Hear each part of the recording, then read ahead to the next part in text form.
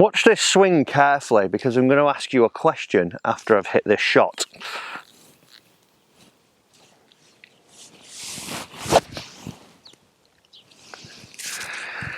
Now I would imagine that sounded pretty good.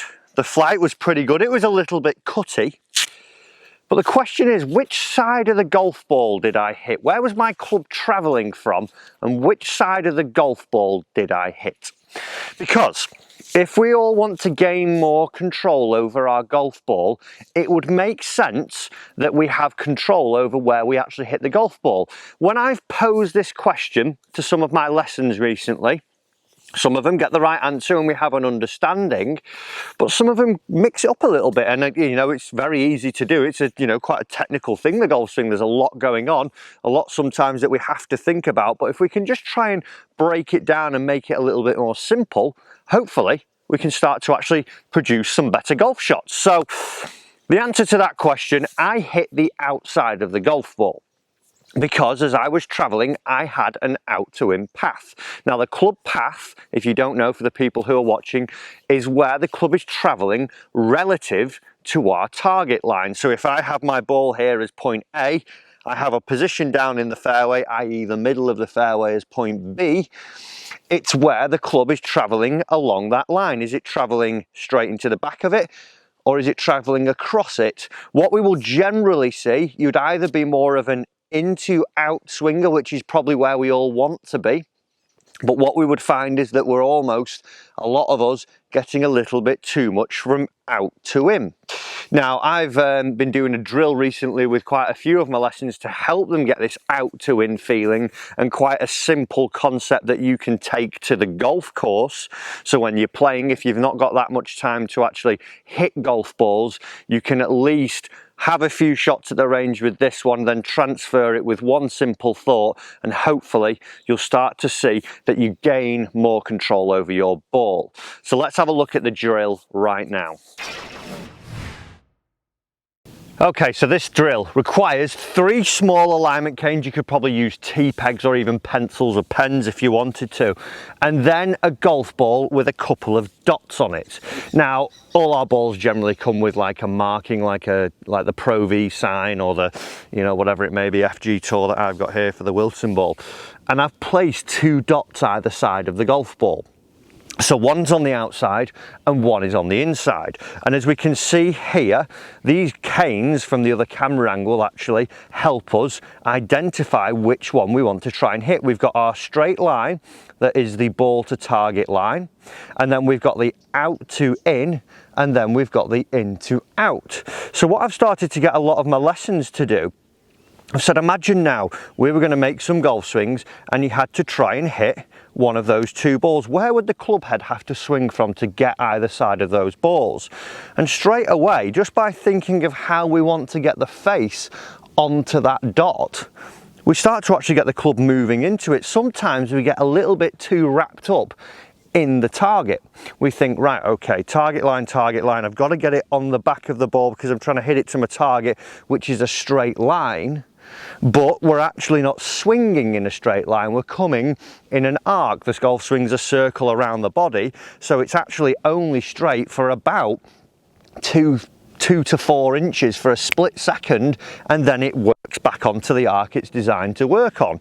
So by changing our perception of where we're letting the club travel with this 3 cane drill, what we can start to do is actually control where the club's coming into the ball. So for you who is a slicer, who are a slicer, you're most likely going to be getting the outside dot here. Your club is going to be traveling down the outside cane with a face that's actually square to the ball to target line. So as it actually meets the golf ball, it will have travelled from the outside. The face will be looking just a little bit left of target, but it'll be looking quite a way right of where the club is travelling. So that then, imagine the tennis shot, we'll put a load of side spin on it by tilting the ball's axis, and we'd see what we saw in that initial swing that I made at the start of the video, a ball that can be struck quite well, but it's going to have a little bit too much curvature on it and work it away from our target. So what we'd want to see is something now where we'd do the opposite. We'd come in the other side and actually get the face rolling over a little bit and get the club squaring up and hitting the inside dot as we go through it. So what I have my players start to do to start off with, I actually want to see them hit some pushes to start off with. If the face is pretty neutral or a little bit open, what we'd see is something that if we can just make the trees out over here, I'd almost feel as I'm swinging now to match up on the inside cane here, that I'm going to hit it down the right. Seems strange as a slicer to be hitting it right, but we've got to change the direction the club's coming into the golf ball by feeling it now, not coming down the outside cane, but feeling that it's coming from the inside cane first off to actually get some shots going out to the right. So I'd stand, and I've got a 6-iron here. I'm going to try and hit that inside dot you've seen on the other video and feel that I just chip one, maybe 100 yards, out towards the right hand side of the fairway. So good setup as normal, aiming square down the middle, and now as opposed to swinging over the top and down that cane, in here and chip it out down the right. So there, and that's it. That ball starts off down the right hand side and it's already got a tiny little bit of draw on it. So it's working, but it's finished about 10 yards to the right of the target. And like I say, for a slicer, it might feel strange to start off with, that you're hitting it right, but yet I'm asking you to swing right. Doesn't quite make sense. What we've then got to do is get another ball in, again with your dots on, as you can see from there on the other camera angle. And we feel, as we're swinging now, we're going to have maybe 10-15 shots where we hit them right, but then we've just got to let the club start to square up. So with your slicer, from the start of the video, what we'd see is something where the forearms never cross over. We get a little bit of chicken wing and we're holding the face open because we're trying to let it look at target a little bit too much.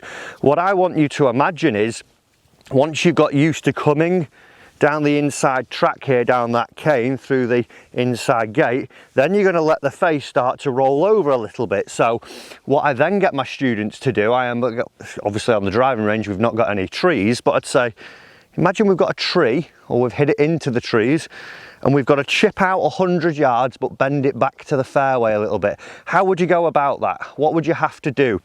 And straight away, that visual, we get the inside of the golf ball here, the inside dot. We're not trying to get it that way because we know we'd pull it into the trees even further. We want to hit it out to the trees, but let the face wrap over, and we'd see we get a more solid struck shot with a tiny little bit of draw. So let's go through that one. We'd go good setup, again aiming down the middle, inside cane, only hitting it 120-ish, but I'm going to curl it out of the trees, get it back into play. So down the 3 canes and inside.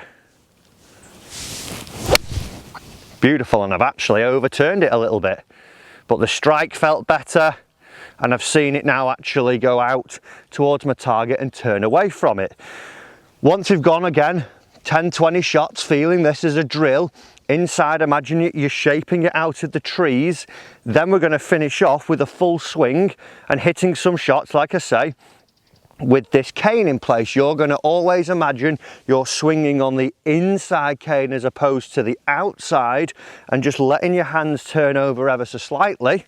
And hopefully we should see, as opposed to that one that I started off the lesson with, is down the right hand side of the fairway. Actually, it's probably just in the semi there. This one should be more towards the centre with a bit of a better strike and a bit more distance because I put the club onto it in a better manner. And I don't know if the mic picked that up, but that's probably the best iron I've hit in probably this year, I think, in fact. So a real nice simple drill for us, guys. Get this 3 cane station set up, and then imagine now you're coming down the inside barrier. You're not going on the outside one. With the visual aid, it really helps you. Then, like I say, draw the 2 dots on your golf ball. And obviously on the tee you can position it, and you always want to try and get that inside dot when you're playing once you tee off. If you're lucky enough that it lands on that dot on the fairway, great, go for it. But also just try and imagine that you're getting on it. Maybe draw a couple of dots on the golf ball, and wherever that dot lands, you're trying to hit on the inside of the dot all the time. Real simple thing, and I've definitely found it's helping a lot of my lessons at the moment.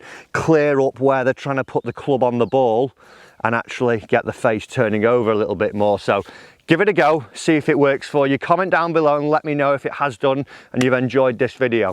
Guys, thanks for watching. Also, remember, if you do want me to become your golf coach, hit that subscribe button, turn on the bell notification so you don't miss the next lesson. Also, a big thanks to Lecala Golf Club for having me out here this week. The weather's perfect as opposed to it raining heavily in England. I'm making loads of videos, so make sure I'll see you in the next one.